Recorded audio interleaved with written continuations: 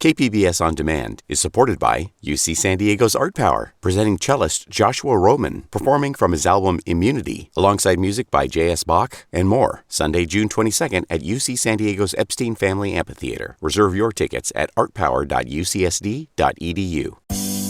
This week on The Roundtable, tragedy in East County, 2 lives are lost and others are upended when a small plane crashes into homes near a high school. How do reporters tell a traumatic story like this? Investigative journalism recognized at the highest level. The Nobel Peace Prize goes to 2 reporters. What does that say about the threats to a shared common truth? And we'll meet the new voice to KPBS News who will be telling San Diego stories along the border. I'm Matt Hoffman, and this is KPBS Roundtable.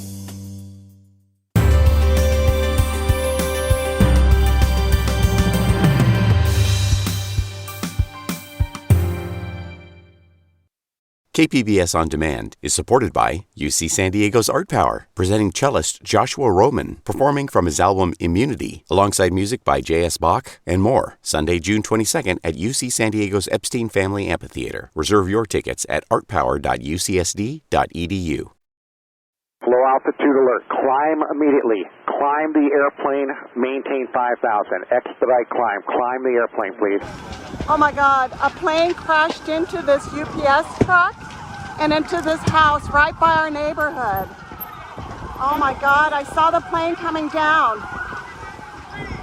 With all luck, we'll be able to put some of the pieces together. But most importantly, I mean, like I said, we could be doing much different interviews with us right now. And those things aren't important. Yeah. I mean, to get them back would be amazing, but in the end, this is all that matters. Those are just some of the sounds from air traffic control, neighbors, and victims of a tragic moment this week in Santee. It's going to take more than a few days to process what happened on that residential street just blocks from Santana High School. 2 people were killed and an older couple was badly hurt in a small plane crash. At the controls was a cardiologist flying solo from Yuma to San Diego. The first images were captured by smartphones and doorbell cameras before local media was there to tell the story. Let's check in with one of the reporters who has been out there this week, Jamie Chambers from Fox 5 San Diego. Hey, Jamie. Hey, Matt. How are you doing? Jamie, you've been a reporter for many years here in Southern California and have been in countless of these breaking news situations. What was your initial reaction when you arrived at that scene on Monday? Yeah, Matt, when you roll up on these scenes, you try to process what's going on. And the first thing that really jumped out at me is I couldn't figure out where the impact was. And we were looking at twisted metal from a boat, from a couple of cars, 2 houses, and that delivery van. And you couldn't tell where the plane started and where the cars and the trucks ended. So it was just this mash of twisted metal, burning houses, and frantic people. So it was really tough to make out what was going on when you first rolled up on scene. One of the things that is always hard in these early moments of any of these breaking news stories is to just take a beat, take a breath, and then try to process what you absolutely know and wipe out what you're not sure of. Because in this particular case, we were looking at some of the most brutal, gruesome scenes up close, and you really are filtering that for some of the audience because it's just too gruesome to show some of the pictures, and you kind of take that with you, but that's part of the job. So the first things we saw were the houses being controlled by the firefighters who had rolled up, were trying to get their arms around the fire from bouncing to another house. Hazardous materials teams were coming on scene, trying to make it safe for their firefighters, all the while trying to keep intact the vital investigation evidence that was in the scene, bits of human remains, bits of twisted metal, bits of that plane that is still wedged in that house, so they can start to take care of all the people that they can rescue, roll them out, and then start that investigation. And when it comes to the impact from this plane, there was nothing they could do for the pilot. There was nothing they could do for that UPS driver, Steve Kruger. You mentioned that dramatic scene. Is there anything that has sort of stuck with you from this crash? One of the things, and oddly enough, it wasn't the crash site that struck me the most as I was rolling up. There was a house that was at least a block and a half away, and the windows had been shattered out by the impact of the crash. And as I was rolling up, I realized this is something different. This is something so impactful. This wasn't a skimming of a plane. This was just a concussion, almost a straight down strike to make something that concussive and bust out windows on a block and a half away. And then when you rolled up onto the house, you saw just the mayhem and the twisted metal and burning structures. So that first moment was a little bit overwhelming, even having seen many terrible scenes in my day in breaking news over the years. But that one will stick with me probably my whole career. And all the things that you've seen, I've been a reporter at KTLA for 10 years and down here for 10 years here in San Diego. That scene is one that I'll remember forever, just because of the dramatic impact of that plane and the immediate loss of life because of the mechanism of injury with that Cessna striking that ground. This is such a visual story, and that's part of the reason we wanted to talk with a TV reporter for this. This was a very graphic situation with people injured and in distress, as you described. When you approach a breaking news situation like this, what do you think about or consider when deciding what to show and how to tell the story? Yeah, it is a challenge. There were body parts on the ground. There were body bags left out. There were rescuers taking pieces of human remains from the scene. And you want to tell the story, but also what's the news value of seeing that graphic material?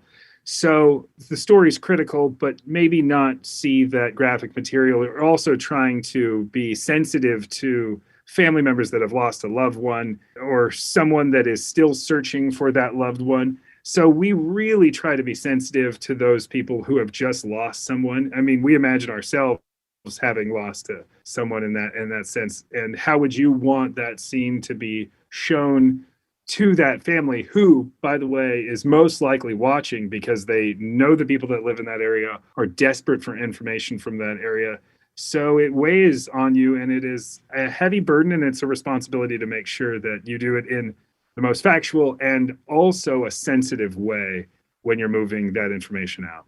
And once the story has sort of settled a little bit, is there any thought that goes into what to show going forward? Yes, if you showed something that was a little bit graphic, you don't need to be gratuitous. You don't need to show it again and again. Some parts of a story you show maybe once, the impact of the plane, so people get a sense of what just took place, because you can see that, but you don't need to show that over and over again. It becomes too much. It was a terrible moment for Santee.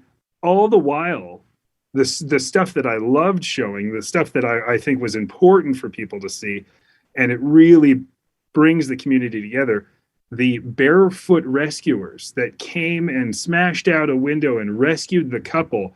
And you see the couple emerging from the smoke-filled living room of their house that has been completely gutted by this impact. And you see them panicked and desperate and injured, but alive and walking away. And it was a heartwarming and magnificent bravery and rescue by their neighbors. And that's the kind of stuff that I never feel like we can show enough of. And I was exceptionally happy to show that.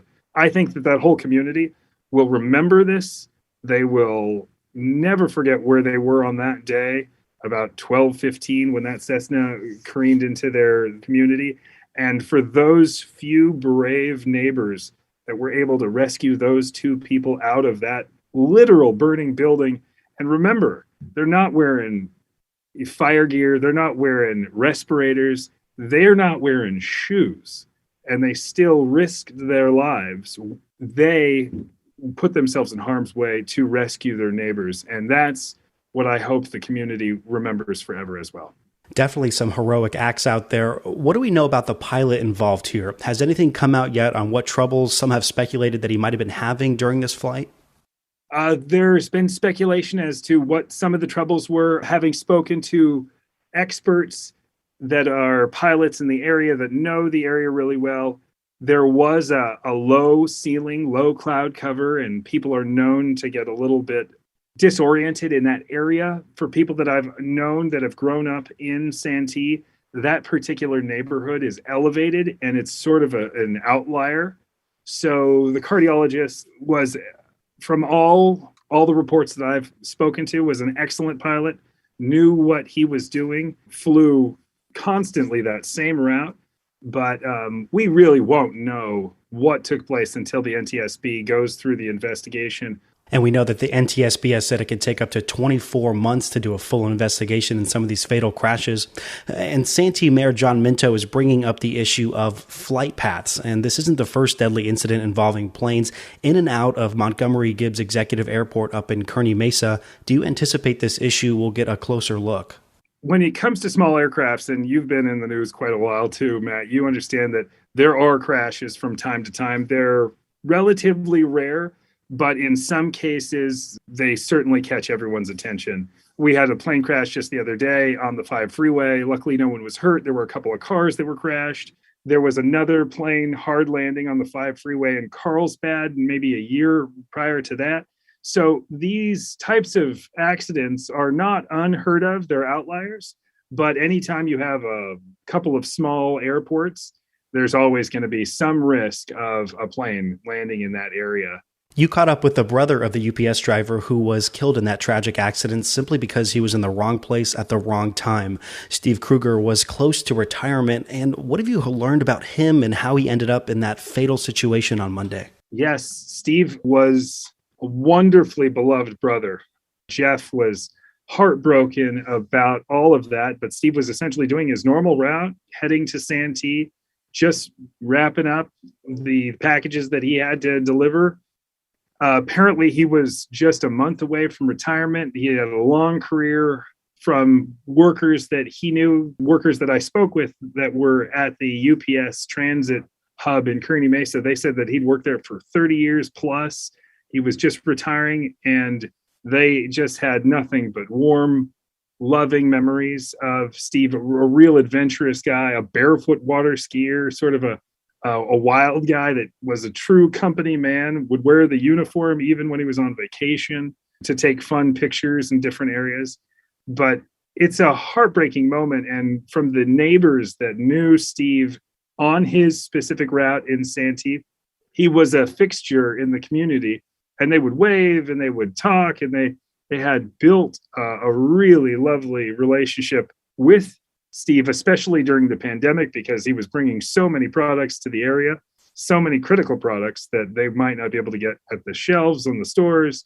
And so he was a bit of a fixture. They're going to be holding a vigil for him, and it's going to be overwhelming. At the top, we heard a bit from the Campbells. Those were a young couple who had just bought their first home and luckily weren't there at the time of the crash. What have you heard from those whose homes and lives were affected by this? You know, emotionally, it's been an impact, but it's something, it seems, when you talk to all the neighbors, they say the same thing over and over, and it's really, this can't really happen. This was such a lightning strike out of the blue. There's no way to prepare or protect yourself from something like this. So it's something that a lot of the folks I spoke with kind of just excuse. Well, what are the odds of this ever happening? So it's heartbreaking in an instance, but it's also something that can't be protected, can't be planned for. So they just kind of move on with their lives and remember the people that they lost. And most importantly, remember the actions of the heroic 5 or 6 neighbors that really did save 2 lives that day. We've been speaking with Jamie Chambers, a reporter for Fox 5 San Diego. Thanks so much for your time, Jamie. Thanks, Matt. Good to be here. The Norwegian Nobel Committee has decided to award the Nobel Peace Prize for 2021 to Maria Ressa and Dmitry Muratov for their efforts to safeguard freedom of expression, which is a precondition for democracy and lasting peace. In a rare move, the Nobel Prize Committee is highlighting the work of journalists for this year's Nobel Peace Prize. It goes to two reporters who have risked their freedom and lives to expose the truth in places that have become increasingly hostile to that kind of work, the Philippines and Russia. This moment serves as a reminder that the work of journalists is becoming increasingly difficult at a time when political threats and economic conditions make the job that much harder. Joining us for a discussion on the importance of investigative journalism is Mark Rochester, managing editor for San Diego-based iNewsSource, which is also a news partner of KPBS. Hey, Mark. Good afternoon. How are you? Doing well. We should note that iNewsSource got a chance to talk with one of the winners, Maria Ressa, for an online event earlier this year. We'll hear a portion of that soon. But first, Mark, give us your general reaction. What does it mean to have the work of journalism elevated in this way? This is such a meaningful recognition of the work that investigative reporters and other reporters do every day. The need for hard-hitting investigative reporting that roots out corruption and malfeasance has never been more important than it has been the last couple of years. And to have the Nobel Committee recognize this work, it doesn't just highlight the importance of the work, but it also recognizes these two reporters who literally put their lives on the line every day they do their job. You know, they get daily death threats all the time as a result of their work. And to keep pursuing this work in the face of that kind of danger is truly remarkable. And we mentioned that Maria Ressa's connection with iNewsSource. She took part in an online discussion back in May with you guys and your CEO, Lori Hearn. Here's what Ressa had to say about reporting on authoritarians and corruption in general. When you make people doubt, when you make them doubt people, the targets of attacks, institutions, truth tellers, when people don't know whom to believe, the voice with the loudest megaphone, the person in power, gains more power. Now, people might think, well, that's in the Philippines or Russia, but what are the obstacles that we're seeing here in the United States when it comes to trust in journalism? I think you see the same sort of forces at play. Oftentimes, government officials, company executives, they will attack the journalists doing the work as opposed to confronting the allegations or the issues that have been raised by the journalists. I've seen this in many of the newsrooms I've worked in, where particularly government officials will totally denounce the reporters, sometimes in very public ways, and simply say that, oh, this person is dishonest, this person's out to get us, this person has an agenda. And they don't actually address any of the allegations that the journalist is bringing. And it's become almost a playbook used by, in many cases, local government officials and even state government officials around the country. Thankfully, it doesn't always work. And the journalism actually shines through. And let's not forget the co-winner of this year's Nobel Prize, Russian journalist Dmitry Muratov. What do you think listeners should know about him?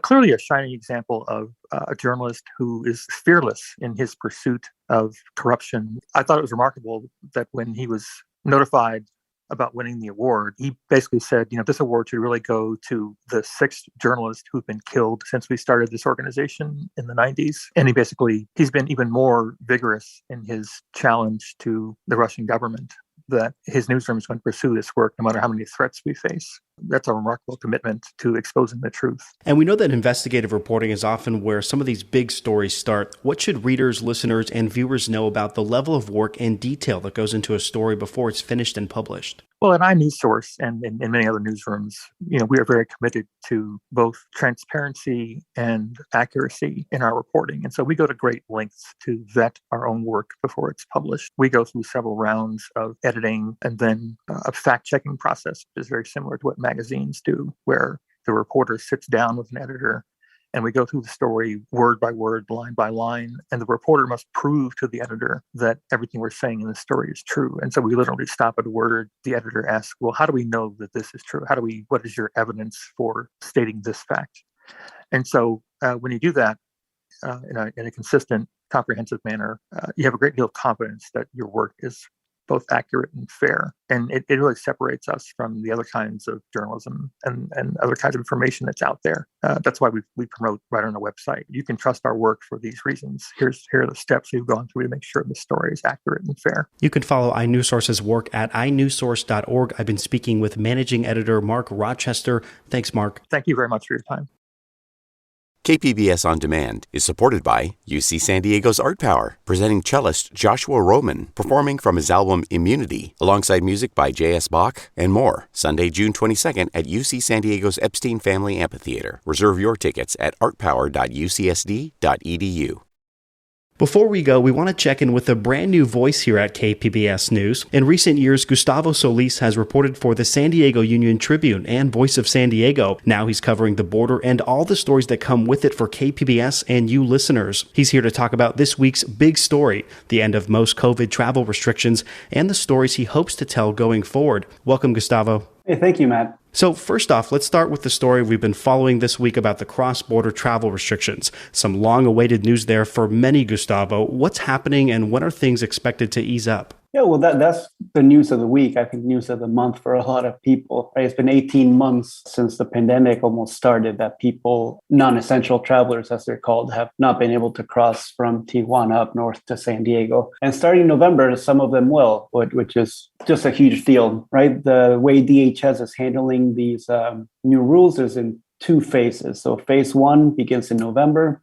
That's when non-essential travelers from Mexico will be able to walk into the U.S. as long as they have a proof of vaccination. Phase two begins in January, and that's when DHS is going to require essential and non-essential travelers both to have that proof of vaccination. So you covered South Bay neighborhoods for the UT. How much is cross-border travel and commerce part of the social fabric in this part of the county? It's like just in every way you can think of, really. I mean, it's kind of hard to overstate it, but the economic one is just easier to quantify because you have the numbers, right? The San Ysidro Chamber of Commerce has been tracking this stuff since the closures happened.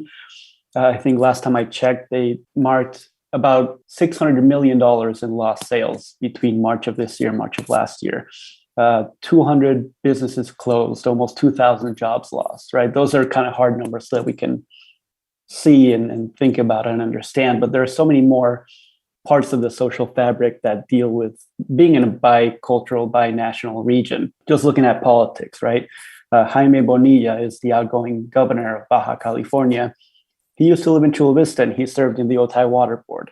Imperial Beach Mayor Serge Dedina, he has a nonprofit that focuses on environmental issues on the north and south side of the border. Surfers in San Diego, they'll chase down big swells in Baja during the winter time for medical reasons, right? Families in the South Bay have primary care doctors in Tijuana that they've been going to for years. And even like housing, right? How many retirees will retire south of the border because their money goes further, or even working class families who have been priced out of San Diego's rising rental market are finding that their money goes a little bit further south of the border. So those are just some of the many ways that this cross-border, essential and non-essential cross-border travel is part of the fabric, especially down here in the South Bay. And Gustavo, has some families not been able to see each other during this last 18 months? Could we be seeing some family reunions here? Yeah, I think that's fair to say. Like, I'll use my own family as an example. I have family that lives in Mexico City. When they normally come to visit me, they'll fly to Tijuana, take the cross-border express and just walk to San Diego, but they haven't been able to do that. They have to fly to LA. My grandma's 88, she can't drive, so I had to take time off work to go pick her up at LAX and then drive her down here. It's a minor inconvenience for my family, but we're privileged enough that we can afford that, right? We can afford the airfare from Mexico to LA, which is more expensive than Mexico to Tijuana, and I had that job that had the flexibility for me to take some time off. But families in Tijuana who have relatives in San Diego may not have the means to do that. So while some can fly, if you can't fly, there's really no other way to get through. I'm sure this is something you'll be looking at in the coming weeks ahead, but let's look more broadly at your new beat. Why are you interested in telling stories relating to the border? I think it's just a really fun region, really interesting region to cover. I've lived on both sides of the border, most of it on the U.S. side, but I was born in Mexico City. I have family down there. And I think the border kind of gets pigeonholed into immigration, crime, traffic, border patrol, but there's so much more that I want to explore, right? From arts, culture, food, real estate, business, sports. There is just such a vibrant part of our region. I don't think it's really gotten as much attention as it deserves. And I'm just really excited by the opportunity of getting a chance to cover it. So you were born in Mexico City and grew up here in San Diego. Why do you think it's important to have those roots when approaching a beat like this? I think it definitely helps speaking Spanish, speaking English. I can speak to people on both sides of the border without that language barrier. Culturally, I can navigate in Tijuana as easily as I can in San Diego. I think those open doors, and that'll make my job a little bit easier. Now, it's no substitute for the reporting and writing and investigative background, but it certainly does help. And I know you mentioned that there's so much out there story-wise. Any particular ones or themes you're interested in exploring in the short term? Sort of tell us what has your attention right now. So in the short term, I want to expand, like I said, a little bit, our understanding of the border. Growing up in San Diego, whenever I would tell my friends, even some relatives or even people visiting that I was going down to Tijuana, the first question more often than not was, is it safe? Which kind of came from a good place, I think, but it fails to take into account the totality of the border region, right? Is it safe? Like, yes, it's safe. I've gone a lot of times. I've gone hundreds of times over there. And once you get over that little hurdle, that is it safe hurdle, then you can kind of start appreciating everything that's down there, how it contributes to the U.S., what you can gain from it, right? We were talking about the economic effect of the closure, right? The San Ysidro has lost $600 million in lost revenue in the last year. Think of what that means to our own tax base, right? That's mostly coming from consumers who live south of the border. I think a lot of times we focus on some of the more negative and maybe controversial aspects of the borderlands at the expense of some of the more collaborative and positive and just underreported stories down there. So I think without going into too many specifics, and what specific stories I want to tell, that's kind of the ethos I want to bring to the beat. Well, we'll certainly be following your work and looking forward to hearing more from you in the weeks ahead. I've been talking with Gustavo Solis, the new border reporter for KPBS News. Thanks so much, Gustavo. Well, thank you, Matt. Thanks so much for tuning into this week's edition of The Roundtable. And thank you to my guests, Jamie Chambers from Fox 5 San Diego, Mark Rochester from iNewsSource, and KPBS border reporter Gustavo Solis. If you missed any part of our show, you can listen anytime on the KPBS Roundtable podcast. I'm Matt Hoffman. Join us next week on The Roundtable.